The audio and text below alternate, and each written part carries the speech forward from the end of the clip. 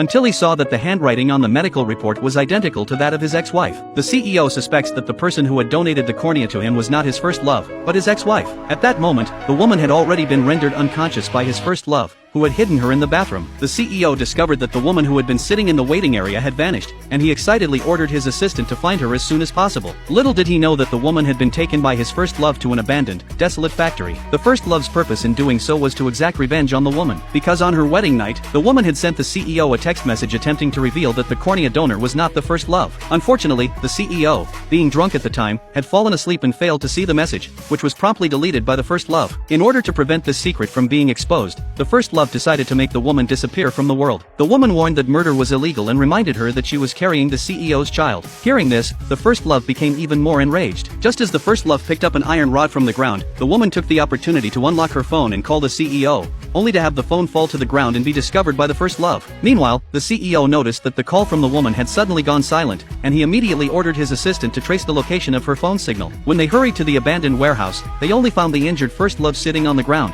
which greatly surprised the CEO. It turned out that after the first love had pushed the woman down, seeing the CEO arriving with his bodyguards, she had been forced to pick up an iron rod to feign injury. When the CEO asked her why she was there, she lied, claiming that she had just received an anonymous call to rescue the woman and was then attacked, and that she remembered nothing of what happened afterward. The CEO initially suspected that the woman had deliberately set a trap to lure the first love and then attack her, but on further thought, he concluded that the woman could not have done such a thing. Suddenly, he heard a knocking sound from below, and the first love immediately pretended to be frightened, saying that there might be rats in the warehouse. No matter what, she could not allow the CEO to know that the woman was present there, so she requested that the CEO send her to the hospital, leaving behind the barely conscious woman. The woman had thought that she would die there, but fortunately, her best friend and boyfriend arrived in time and rushed her to the hospital for emergency treatment, ultimately saving her from the brink of death. At the same time, the CEO, staring at the medical report, felt very uneasy, wanting to know whether the woman actually had cancer and had donated her cornea for him. It was not until the assistant told him that the medical report did not belong to the woman that the CEO was relieved. Apart from the woman, he was unwilling to get involved with any other woman,